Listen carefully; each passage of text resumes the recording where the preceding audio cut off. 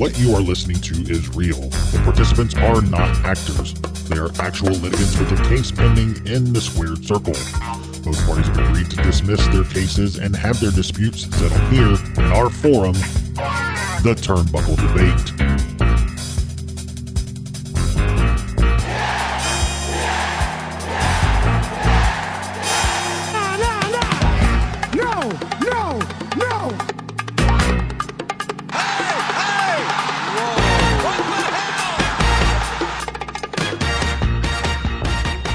Hey everyone, welcome back to the Turnbuckle Debate. My name is Sneed. I'm Chad.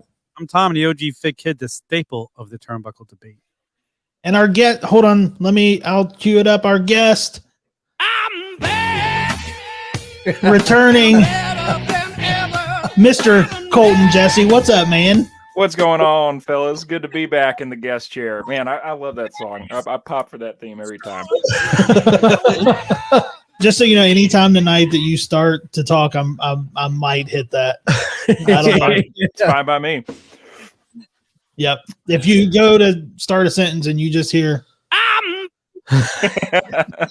don't, you know. No harm, no foul, man.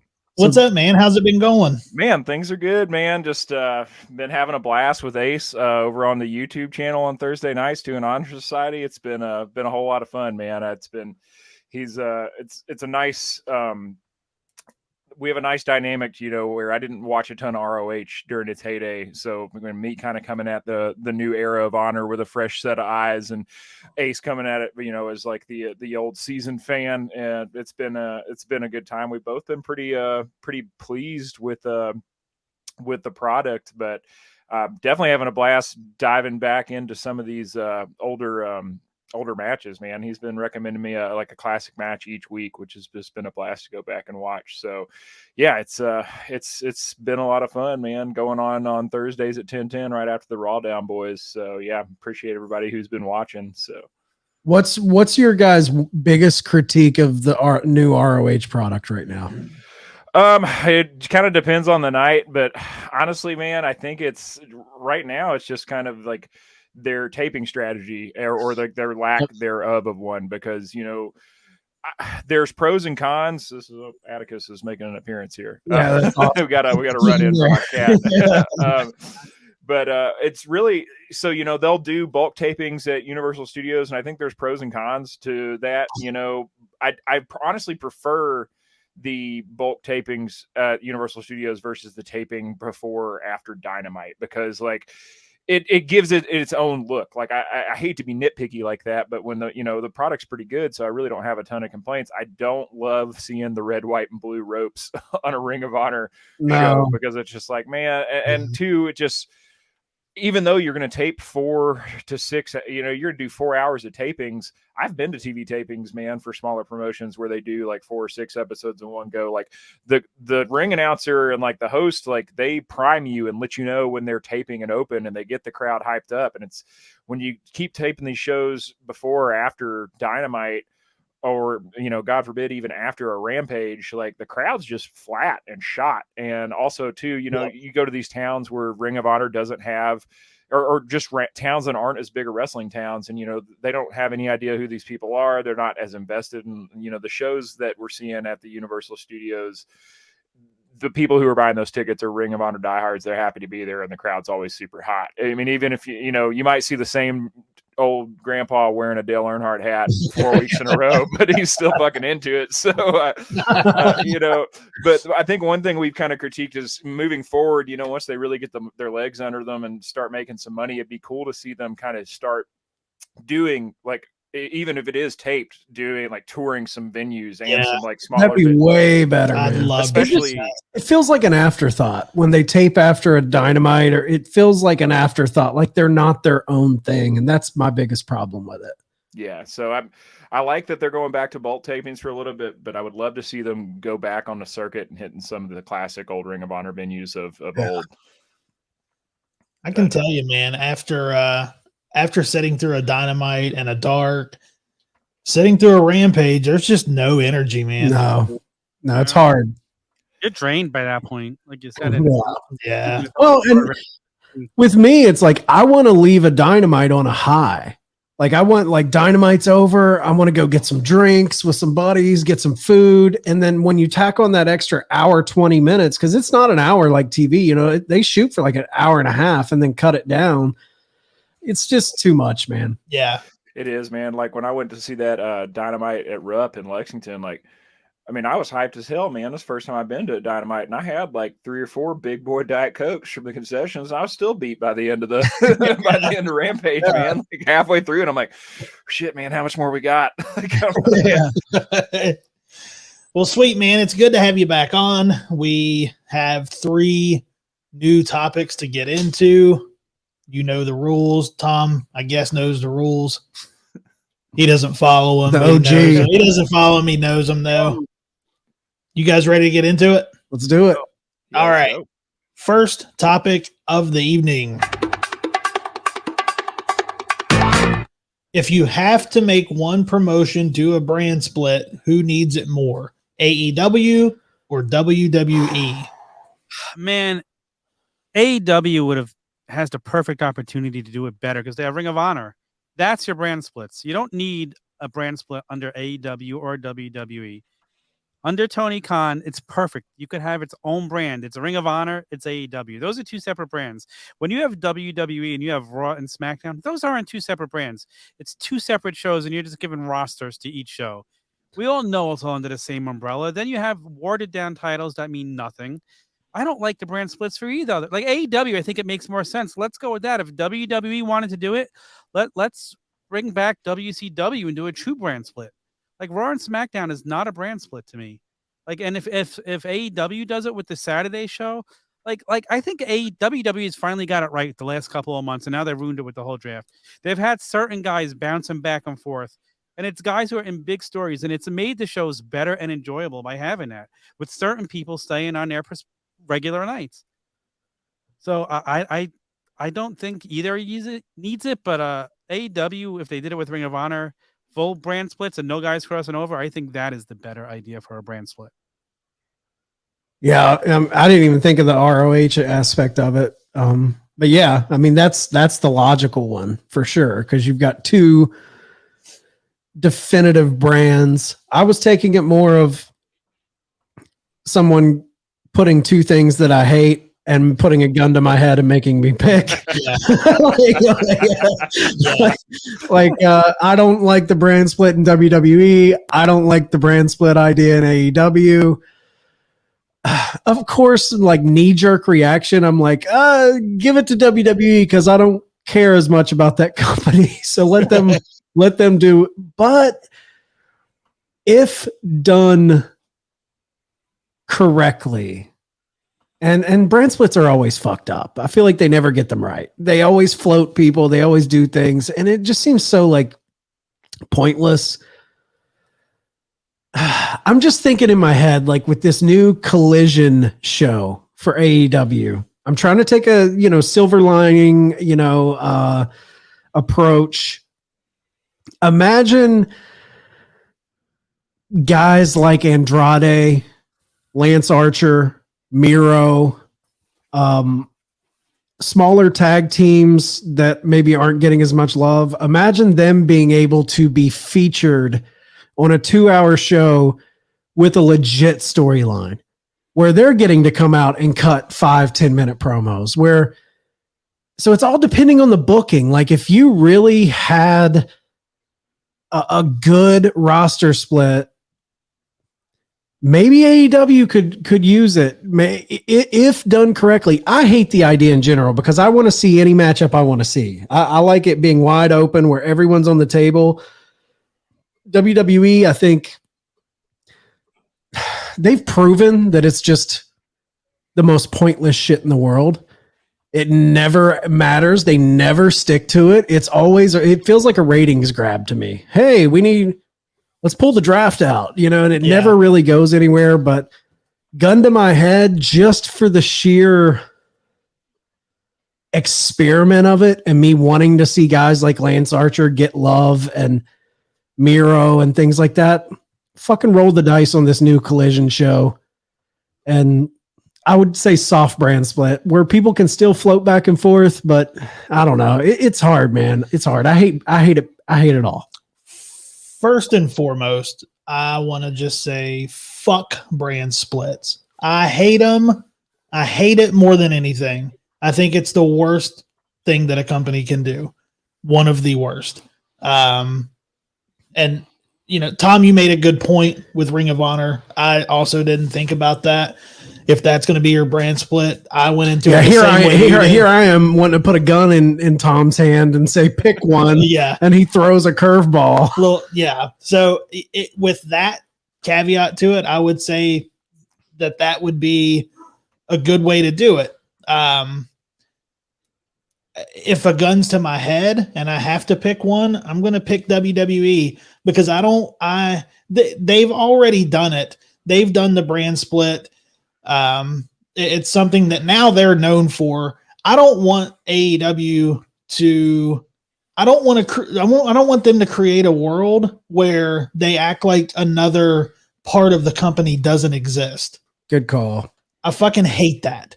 If we're going to act like another part, like, yeah, it's under AEW, but then you see Andrade on there. It's like, man, is he part of AEW? I just hate the world where there's that you act like the other one doesn't exist. And you get into fucking hate that. And you get into a situation where, do we need 2 champions? Yeah. Do we need 2 tag champions? And then if you don't do 2 tag champions, who doesn't get the champion? Does the champion float? It just becomes so muddy, man. Just throw all your people together and tell your stories across 2 shows. I don't see why that is so hard. Sometimes Roman will get a little love on Raw. Sometimes one week his story will be told on SmackDown, and sometimes he'll get a little bit on both shows and spread it out like that. You don't have to have everybody on every show every week. The absence, I mean, if you do it right, an absence will make you miss. So 2 weeks down the road, when you see somebody come out, you have missed seeing them. As long as you don't get into that problem that AEW had for a little bit, where they would get someone hot for like 2 weeks and then gone 2 weeks, and you got to ride the wave. Like if they're hot, you got to keep them cycled in, and then at the same time be building your secondary and smaller stories. And I think they did it because before All Out last year, that was a big problem. Yeah. And after All Out, I think they've kind of righted the ship a little bit. They have. And I want to continue to see them do that. I don't want to see them do any type of brand split. If you're going to have another 2-hour show, feature those people on that show. But if I have to pick one on this, I'm going to say just stick with WWE. They've done it. That's their formula. Let them stay to their formula. Fuck a draft. And like you guys said, not everybody needs to be there every week. There's no reason why on Dynamite, Blackpool Combat Club can't come out tonight. And then on a Saturday show, the Elite comes out and they cut their promo. And then next week, they're going to be in the same arena, the same. Right.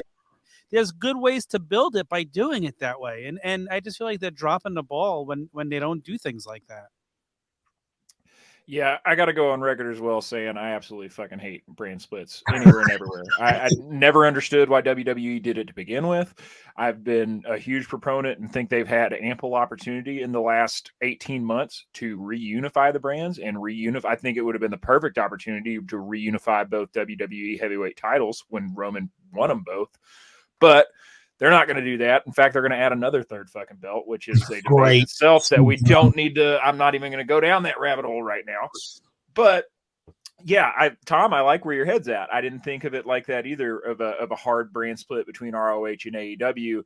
And that is something that Ace and I have talked about a lot, is like, first few weeks of TV, we didn't see a ton of crossover between ROH and AEW, and I feel like we're seeing a little bit more of it. And I would like to continue to see a little bit more of a hard brand split to continue to have Ring of Honor feel like its own thing, because it is its own product. But yeah, I got to side with you, Sneed. I think fuck it, give it to WWE at this point. I'm very, very, very nervous about the concept of an AEW brand split, and partially because I've seen it done by WWE and I don't like it. So I can't necessarily conceptualize what it done right looks like within a company. But, just the headlines of hearing it be like, oh, we're going to create a brand split so Punk can come back. Fuck that. Frankly, that is the worst. If that's what it takes to get him back, I don't fucking want him back. I don't want him to he's not he's not big enough for him to have his own fucking show, as far as I'm concerned. Like, he's just not. He's old as shit. Yeah, he's got Dude, like, I mean, he's in his mid 40s to create a whole show circled around him. All right, fuck it. You guys won me over. Give that shit to WWE. I don't like it. The silver lining, throw that out the window. I don't care about the silver lining. I'm with you. It scares the shit out of me. It does not. I do want to see people like Lance Archer Miro, but you can have those people featured and not have to split the brands. Right. Now that you have if you have a 2-hour show on Saturdays, you can give those guys storylines and flesh them out a little more. I agree. Leave that shit with WWE. Full disclosure, I went through a period in late 2002 into 2003. From then until we lived in New York City, which was around 2006. So for about 3 or 4 years, I wasn't diehard watching wrestling. It was a dark period. I mean, I kept up with it a little bit, but it was a dark period. And the main reason I left wrestling was because of that first brand split. Yeah. When they bought out WCW and they botched the invasion, and then they just split the brands. Yeah. It felt so wrong to me. Like, it felt so, even though that was probably the best brand split. That's when you had Kurt Angle and Edge and Eddie and all those dudes tearing it up on SmackDown. Like, that was a good time. But as a fan in that moment in 2002, 2003, I was like, I don't like this. Yeah, like, why do I have to tune into this and I don't get to see these guys? Like, I hated it. Yeah. That's exactly when sorry, Tom. That's exactly when I went through my dropout spell as well, Chad. I stopped watching around that time, and it was not exclusively a brand split. Also, Cena getting the big push also did it for me. But same. The brand split was a big part of it. And I mean, initially the individual, like, and doing every other pay-per-view, or one pay-per-view is a SmackDown pay-per-view, one pay-per-view is a Raw pay-per-view. There just wasn't enough meat on the bone, frankly, for me to have a 3 or 4 hour show out of that. And I thought, now looking back, there are some really good ones, like Eddie winning the undisputed title was an incredible moment. But the first few months of the brand split pay-per-views were fucking dog shit. Yeah. Yeah. And I just to having 2 world champions. How does one promotion have 2 world champions? It makes no sense. WWE was much better the last year with the Roman bouncing back and forth with the belt. 1 world champion, 1 guy you're shooting after, not making up another title. And at least on Raw this week, you had Paul Heyman mention how good that belt would look on Roman.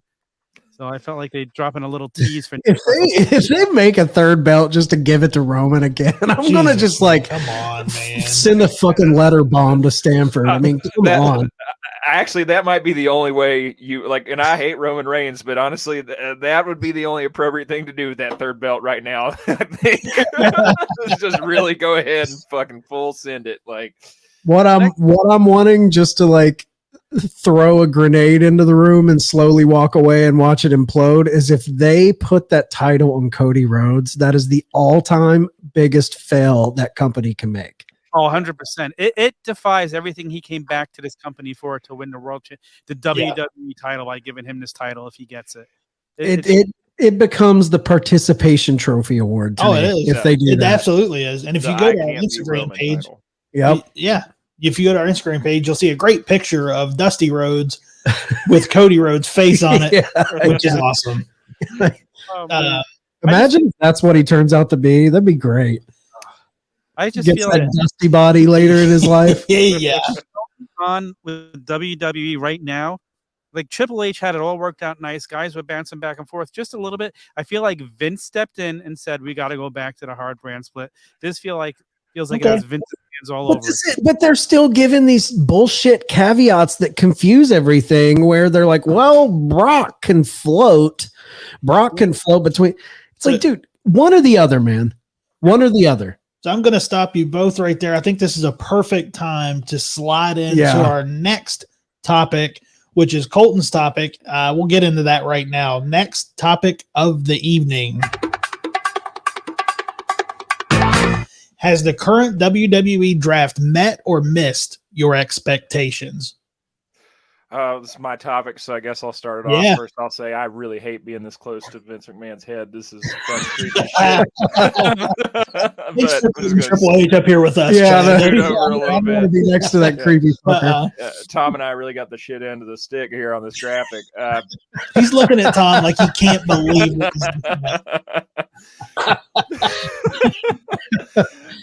Shit. Well, I mean, I'll go ahead and say it. Big miss, man.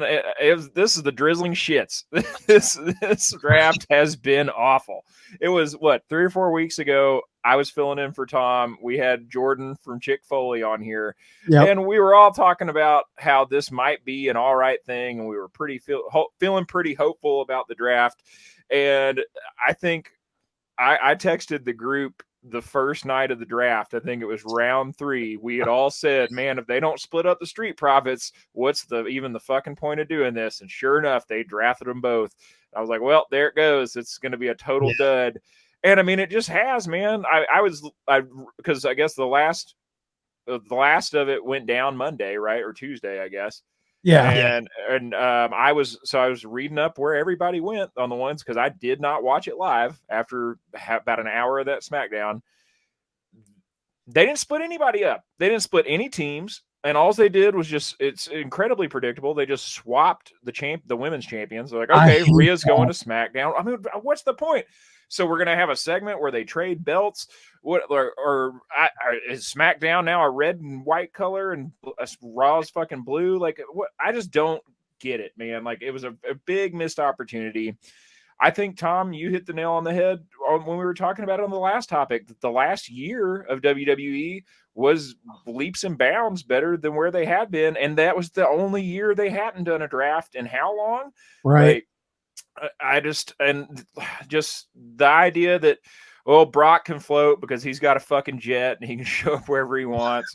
And like, I was reading the list of people that weren't drafted, that just weren't selected. So like Baron Corbin, Elias, like all these guys can just show up wherever they want. But it's like, if you're a top guy and you're desired enough to get drafted, you can only stay on this show. Are we going to have the bullshit wild card rule again? Where you none of it makes sense. Wait, so just so I'm clear, the people, because I saw the list of people who weren't drafted, those people are allowed to show up on either show. That's the rule with them. That's I understand. There's no like hardline rule. I think they've said, but remember the whole Heath Slater thing where he was wanting to get signed when they did that draft the one year. Yeah, like, dude, oh man. You know what? I'll give Heath credit because he came out and he cut one of the best promos of his life. No, he did. He did. He totally did. This draft completely met my expectations because I knew it was going to fucking suck. I mean, like, they never matter. They never have the balls to matter. I knew when they drafted Roman Reigns and it was with Solo Sikoa, like, why does he get Solo Sikoa? Everyone should be an individual. Yeah. It should be a person by a person. Make it interesting.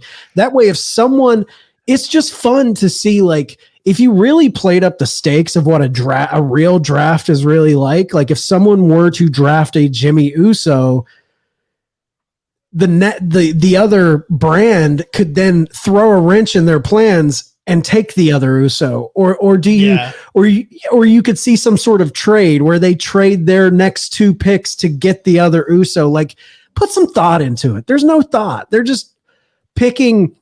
The OC goes together. That's a group of 3 guys. 4. It's technically 4 yeah, with it's 4 people. Yeah, like there's no limit on it. It's just awful.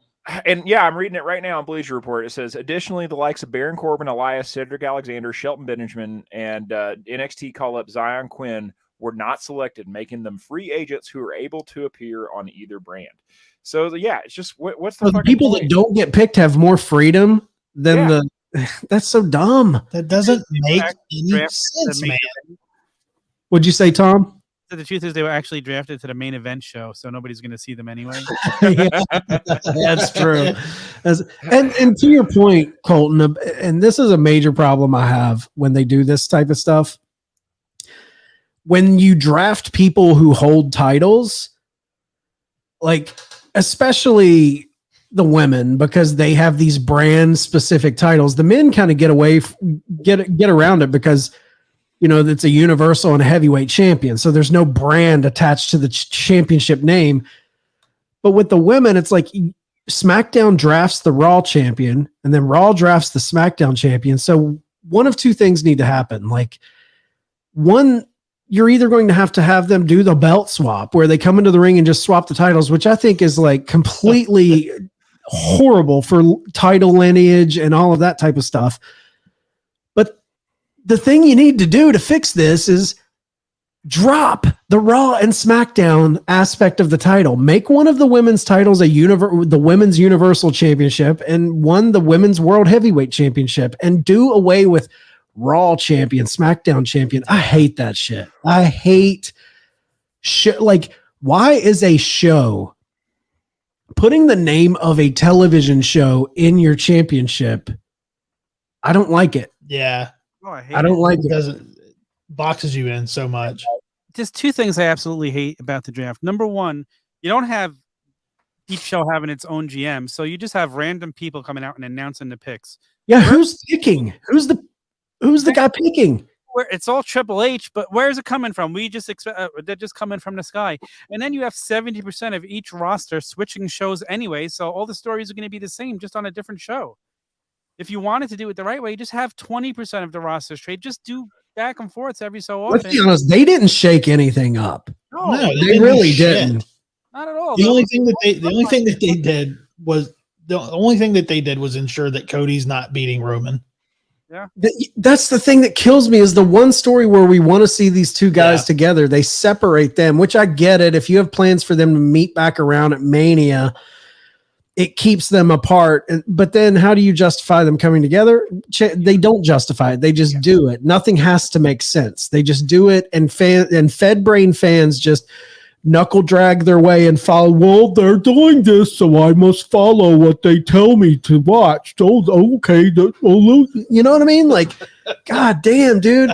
Like, they just spoon feed them this shit and everyone just eats it up without questioning anything. And then if you do question it, like we do, or other fans, you're deemed an asshole or a hater, or you don't like the product. Dude, I love WWE. It's just they make dumb decisions that make me feel like they treat me like I'm an idiot. And that's what I have a problem with. I agree. Like I've actually felt like they had stopped doing that for a while, and until this whole thing happens, and now I feel like an idiot again. It's just like it's the same old thing. You begin to like the company, you begin to trust them again, and it's just only a matter of time before they do something stupid like this. Yeah, I mean, maybe at this point AI's writing the show. Like I wouldn't be fucking surprised. Maybe. Honestly, AI would do better. Yeah.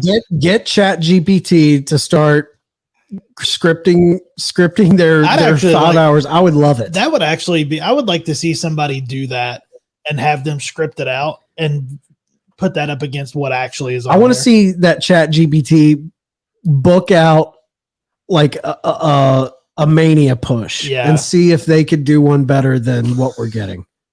Yeah, because I mean, if the storyline is to pencil in Roman versus Cody Part 2 WrestleMania 40, so we got a year to fucking build it, and we're just not gonna have them talk. We're not gonna have them. I mean, I guess Roman's probably gonna float from show to show still, since he's got both belts. But like, I know I said I wasn't gonna go down this rabbit hole, but like, I'm gonna put a foot in it for a minute. This fucking new belt. Oh, like when I first saw, I'll admit, wasn't watching Raw. I actually saw it on the Turnbuckle Instagram, on the Turnbuckle Tavern Instagram. I saw the photo of it and I was like, holy shit. My first thought was, and I don't know why I thought, because it would make logical sense, but I was like, are they combining the belts? And this is it? This is the one? yeah. Sick. Great. I'm all for that. That's such a good idea. Way to go. And no, it's an additional belt, which is the last thing this shit needs is an additional belt. And also, if you're going to bring back the World Heavyweight Championship, you own the rights to the big gold belt. Why wouldn't you just bring it back? Bring the big gold back. My favorite belt of all fucking time. Like, it's what a missed opportunity all around. And like, I don't care. You can spice it up a little bit. Like, you can throw a W on it. Put a W on it. Who cares? But they did do that at one point. The W was at the top of the big gold. Yeah. They and did. This one, it doesn't look great. It looks it's trying to be in two different eras and it looks like shit. I'm going to go ahead and say it because I think it's totally the case. If you look at the way all of their other titles are designed, and then you look at that title, to me, it sounds like Triple H went to his belt designer, called up his guy, and was like, I want the belts to look like the AEW belts. It's WWE attempting to make a title that looks like a title. Yeah. Because I really think I agree. AEW's belts look like traditional wrestling titles to me. The tag belts, everything has a classy, the All Atlantic title, the Women's Championship, they all look like throwbacks to old school titles. They do.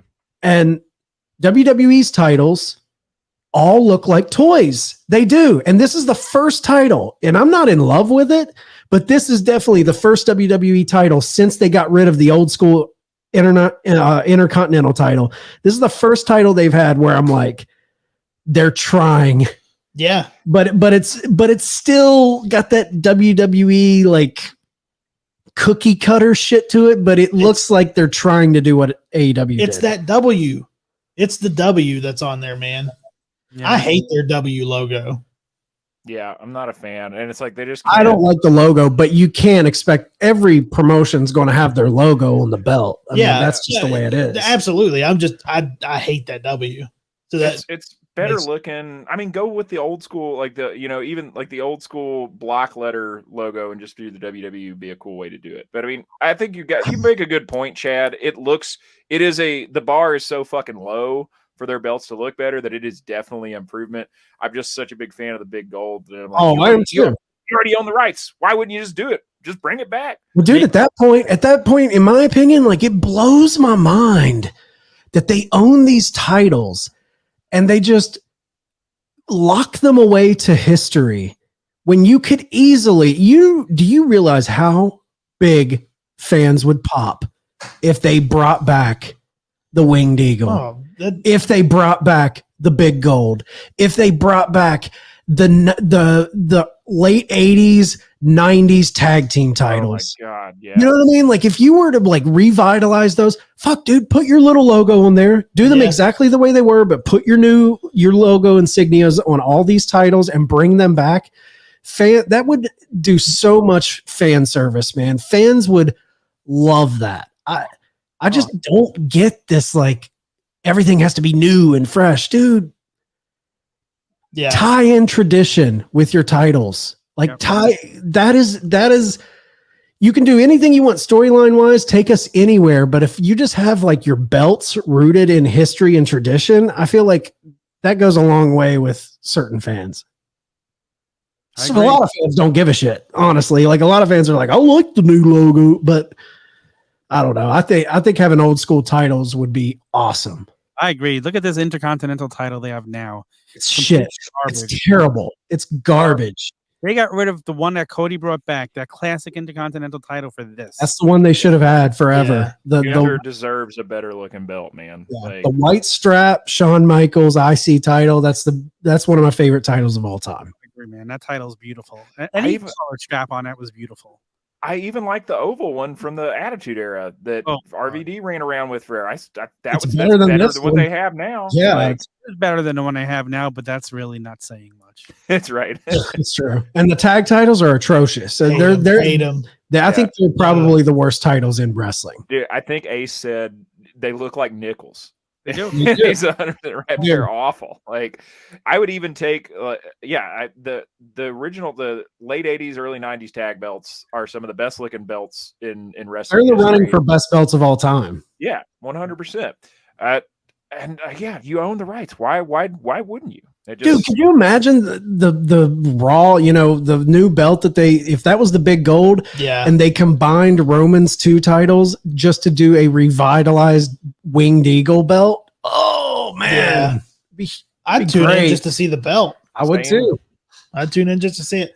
I'll give my take. I think it's right on point with everybody else's. Yeah, it met my expectations, just like Chad said, because I knew it was going to be a piece of big shit. It's true, man. This is when I knew it was going to be a piece of shit. is when RVD came out and brother had his card upside down. That's when I knew, man. I felt you, Colton, you brought up that Jordan was on from Chick Foley and we talked about expectations and he came on super positive and he was kind of spinning it. And we were like, yeah, man, they do have an opportunity here. Listen to Chick Foley's recent episode.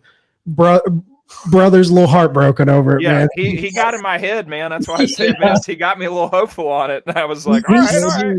He sounded like they talked about it and Jordan was hot about it. He was like, I'm done with the draft. He was bitching about it. So they broke his heart, man. It's hysterical. He had me cracking up. Yeah. All right, guys. Anybody have any final thoughts on this piece of shit draft before we move on? I hope it's the last fucking one they ever do. Yeah, I agree. Yep. All right, guys. Final topic of the evening. Is it time for a major promotion to take a chance on Tessa Blanchard? Yes. Why not? Like, why not freshen things up? We've seen Vince McMahon, Ric Flair, other people come out after they've been in hot water with shit and just move forward. And you know what? People just forget. And that's it. It's time for her to come back. Time to give her a chance. Let her shine somewhere. She's too talented to just be sitting around and not be used somewhere. Let somebody grab her. And hopefully it's AEW because I think she'd suit them better. But yeah, let's get her another shot. Come on. It's been too long now that she's been sitting on the sidelines and not in a major promotion. Let's go. Let's get her back. Man, I want to. We got a debate here, Tom, between me and you. I mean, first of all, I got to say, in ring, big fan of Tessa Blanchard. First time I ever went to OVW, Ohio Valley Wrestling's Davis Arena, was at an Impact show that I knew she was going to be at. I went to go see her specifically, and I mean, there's definitely some credence to what you said with Flair and other folks that have been in hot water that come back. But Flair never got in hot water for spitting in somebody's face and calling them a racial slur. That's a pretty harsh accusation. And there's been more than one person that's corroborated it. And I haven't seen shit in 3 years about her coming out and apologizing for that anywhere. So, I mean, if you can't come out and apologize for dropping a hard R and spitting in somebody's face, there's something really wrong with your moral fiber, man. I mean, I'm a NASCAR fan. I'm not a Kyle Larson fan, but I don't know if you heard or not, but when NASCAR was out during COVID, they were doing simulation races. He dropped a hard R N-word racial slur on his mic was hot and didn't realize it. And he got dropped from his team and banned from the sport. He came out, made a huge apology and did some, charitable work, and in a year or later so he worked his way back in the sport. Am I happy he's there? Not exactly, but I mean, he at least made an effort to make some sort of reconciliation for his actions, and I haven't been able to see any of that from Tessa Blanchard. I'm torn here because I'm a big believer in everyone says stupid fucked up shit and everyone deserves a chance at redemption. I am vehemently against quote unquote cancel culture. And I don't mean like if people are canceling you because you've done something idiotic and stupid, good. Fuck you. You deserve it. But at the same time, I think sometimes people get piled on and we don't get the full story of it all. And I think it gets caught up in the lynch mob mentality. Everything I've seen, Tessa did deplorable shit, like you said, Colton. She never really issued what I would call a public apology.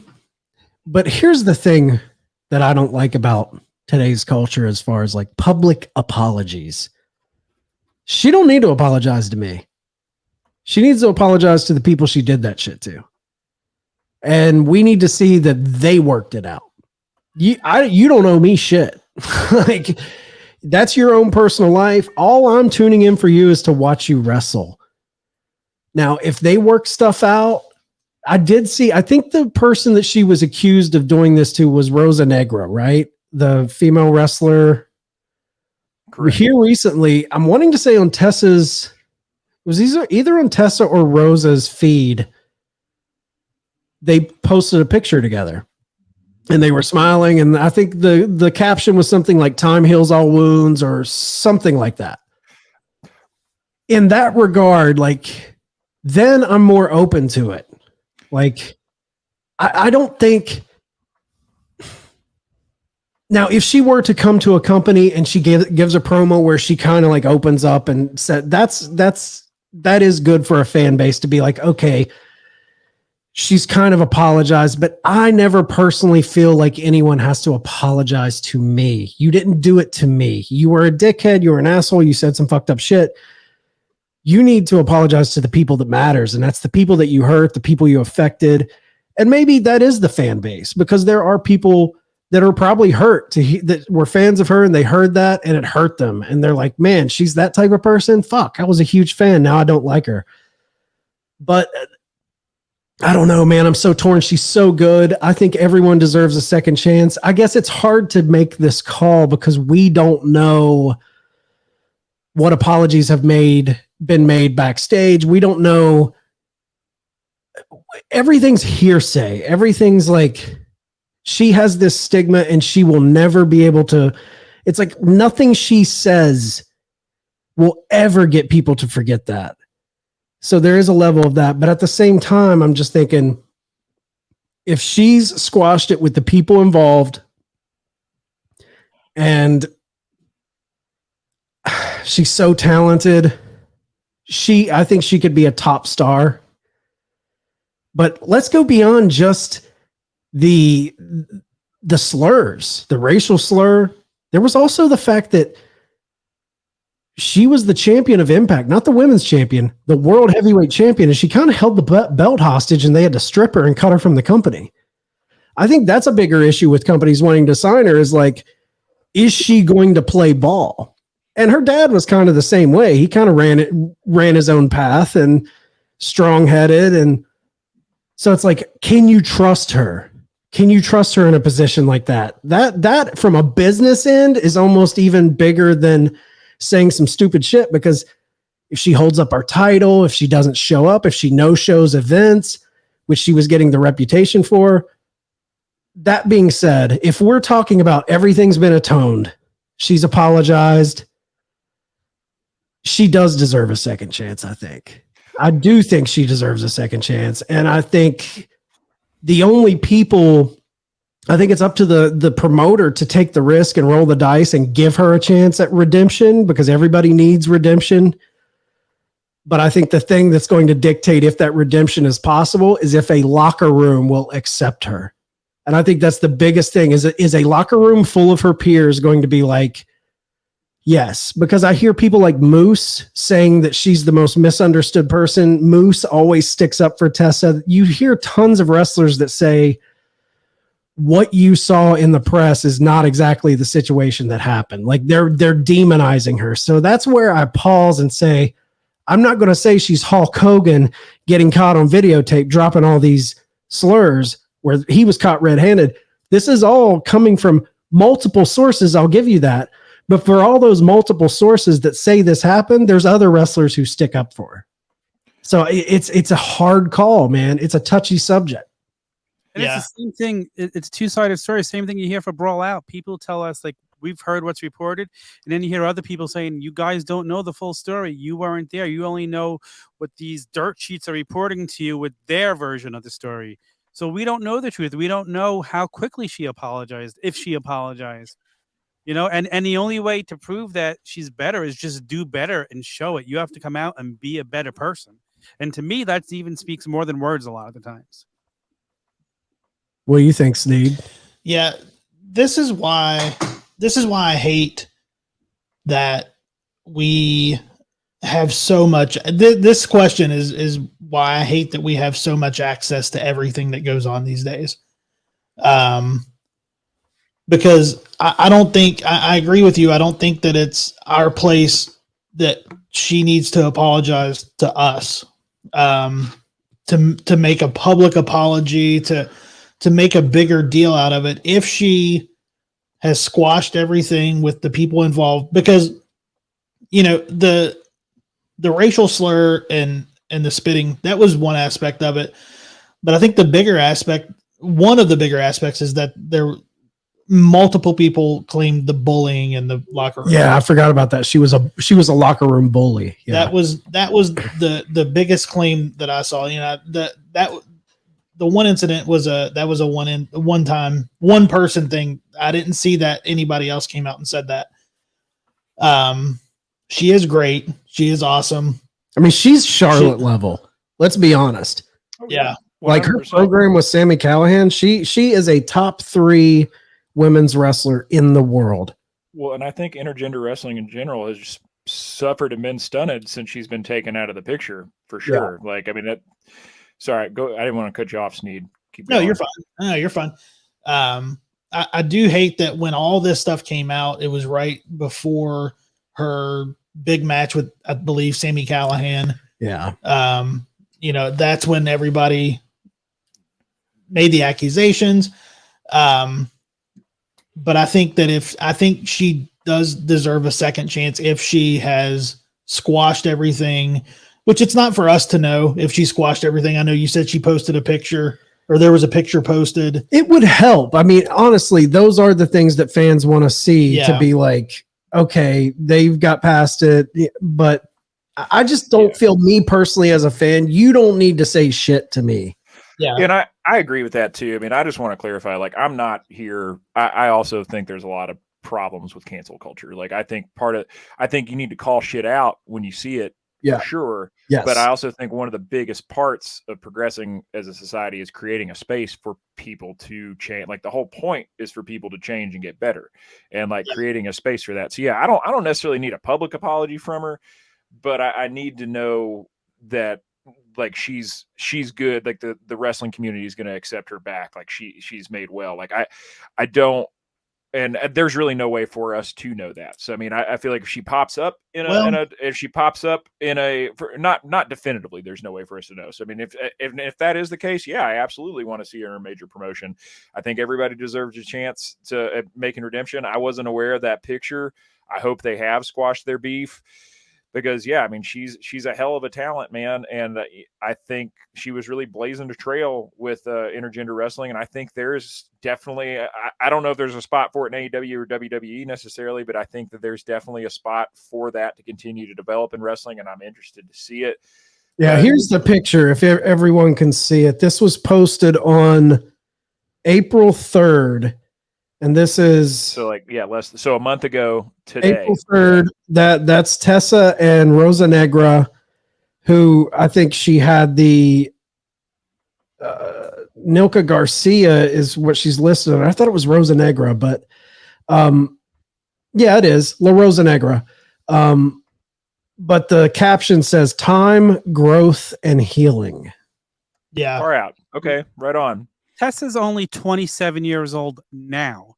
So that means when this all went down, she was like 23, 24. We've all done things. A lot of people have done things when they were younger. And you know what? You grow and you learn and you become a better person. And if she could try and be a better person, and sure, you have to give her a second chance. I think it's just part of society. Let people grow. Let them show that they are better. And if you're not better, then you're going to be kicked out again and you ain't coming back. But I think she has this is a big test for her, that she just signed, I believe yesterday, a long-term deal with XPW. Yeah, I don't think it's long-term. I think it's multiple matches, but XPW is like, it's a hardcore. That's where like all the guys who get shit on for very controversial things like Schlack. Yeah. It's a death match.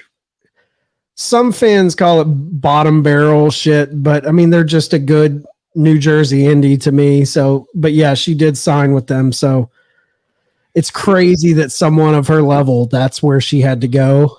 Well, yeah. I mean, I think that's part of it, man. Like, cause that was kind of my point of saying whether she deserves to come back is like, yeah, I mean, if you're going to fall like that, you kind of got to start at the bottom. You shouldn't just because your last name's fucking Blanchard doesn't mean you shouldn't have to make good and just get a fast track to where you were when you left off. Like, it's. And just to follow up, I said, you know, that I showed you the picture that Tessa posted with her and Rosa. La Rosa also posted the same picture, just a little more close up. And what she had to say was, when things go wrong, turn to good hands for convenient help. Not all of us are apt to reconsider at the moment. However, we cannot judge either. Since no one in this world will be perfect, we are human, and our responsibility in this world is to do better and be a better person to those around us. Being a good person at heart is not said, it is expressed naturally. Making and having enemies is not an option for mental and world peace. Yeah. That's a great message.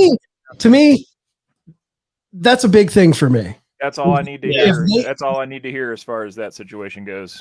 And then the locker room shit, the bullying in the locker room, that's stuff that works itself out in the locker room. You have somebody step up to her and be like, hey, this isn't the way it's going to be. Right. Like, those are the steps I need to see for a promotion to open their arms to her. Yeah. I just think she's got legacy. She's talented as shit, man. Just make right on the wrongs that you've done. And that's the first step towards redemption and being involved in this sport. And as she got her chance now, signing with XPW to show what she is in a locker room there, and this is her climb back. It's like a good movie here. This is her comeback. I think if she gets the locker room respect, I think if the locker room accepts her, I think she absolutely, somebody needs to take a chance on her. A big promotion. Yeah. I don't see Tony Khan ever taking a chance on her. It might happen, man. I mean, well, let's see what she does when she comes back. I would love to see her come back and have another run in Impact. I think it'd be a great spot. I think that if anywhere gets her, I think Impact rolls the dice on her again. Yeah. I think WWE, I had read that they had interest in her, but they said she would have to start in NXT, and I don't think she wants to do that. And honestly, I think she's above that. I think she's too good for NXT. Sorry. She's just too good for that. She is somebody that I think when she atones for her shit and gets in a place where a promotion can roll the dice, she is someone who comes in a big way. But Dude, we maybe- saw it.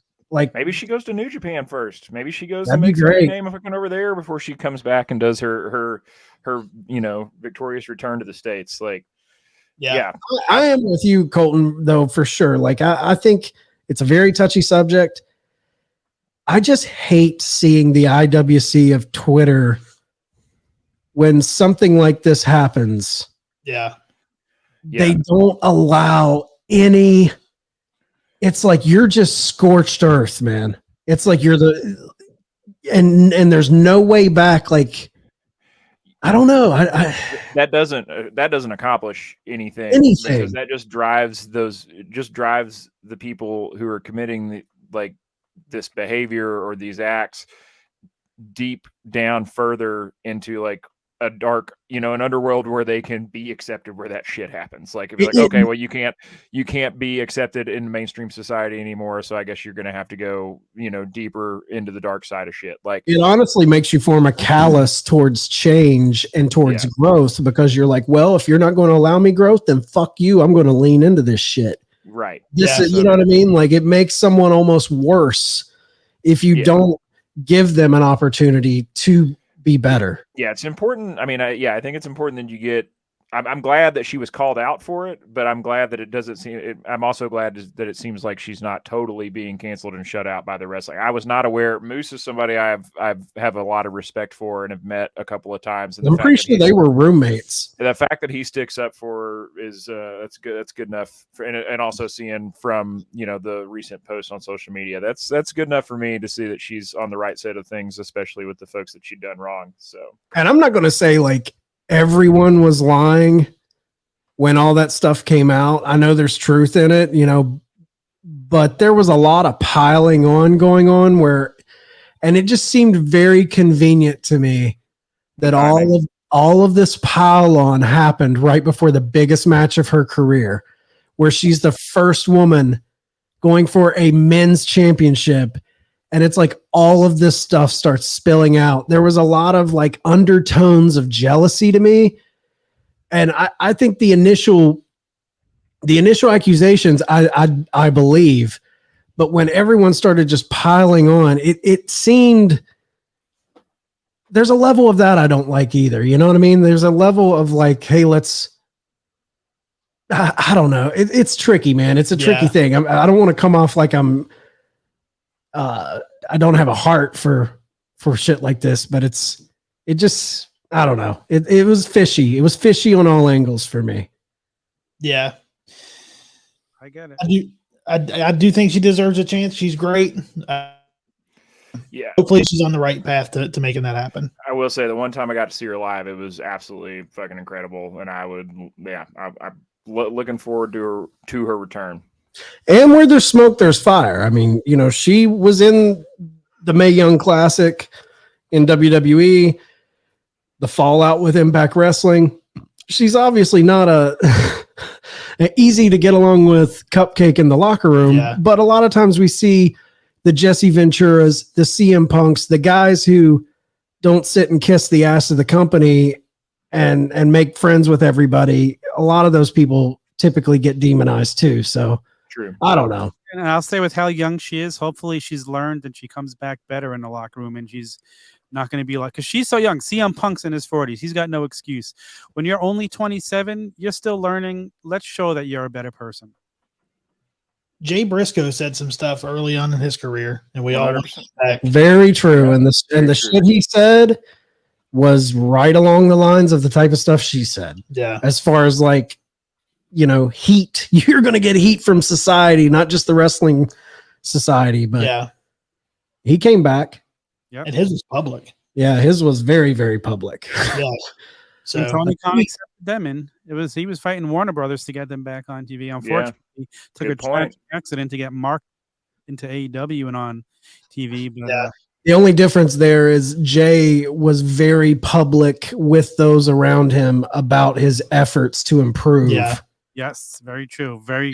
If Tessa was very public, I think she's a private person and she's along that mindset of it's none of your business what I'm doing to improve myself. She's got a little bit of that edge and ego to her in that way, where Jay was totally open-hearted and like, 100%. I'm going to be better.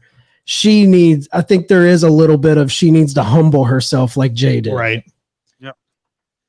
All right, guys. Anybody have any final thoughts before we wrap up for the evening? I love ending on a real touchy subject. It's fun. It was. I like when people like to tiptoe around it. A couple people were scared to take on this topic, and I'm like, we're doing this topic on the show. Yeah. No, man. When you sent it to me this week, I was like, "Fuck yeah, let's get into it." We don't tiptoe. No, here, man. I love the controversial shit. Yeah, stir it up. You got to talk about it. Can't act like it doesn't happen. I think one of our early debates was about Benoit, wasn't it, Tom? Yeah, absolutely. I believe we did a similar topic to this too with her before too. Yeah, I think we did do something possibly with Tessa at one point. All right, man. Well, Colton, it's been great having you on. Let everybody know where they can find you. You guys can find me at other way mullet.mania at Instagram, right there above Tom's head.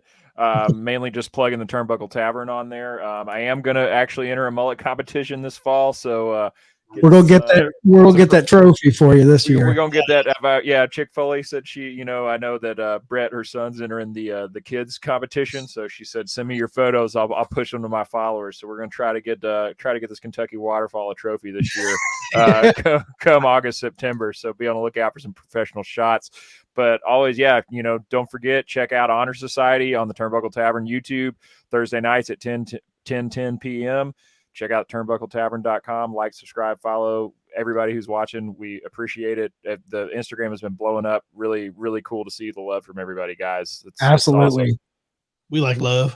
We like love. And guys, we'll see this tandem. I think this is our every 5-week tandem. Yeah. I like having the debate crew all together. Love it. Every 5 weeks or so. I love doing this show, man. And when it gets to be all four of us, it's a blast. Yeah. It's a fun time, man. Love the show. And you know how many people reach out to all of us and say this is their favorite show? Yeah. So we're just going to keep on debating. Keep on debating, guys. Master debaters. All right. That is going to wrap us up for this edition of the Turnbuckle Debate. Make sure you guys are going to theturnbuckletavern.com for all of your tavern needs. Tom, it's your spot. Get your shit in.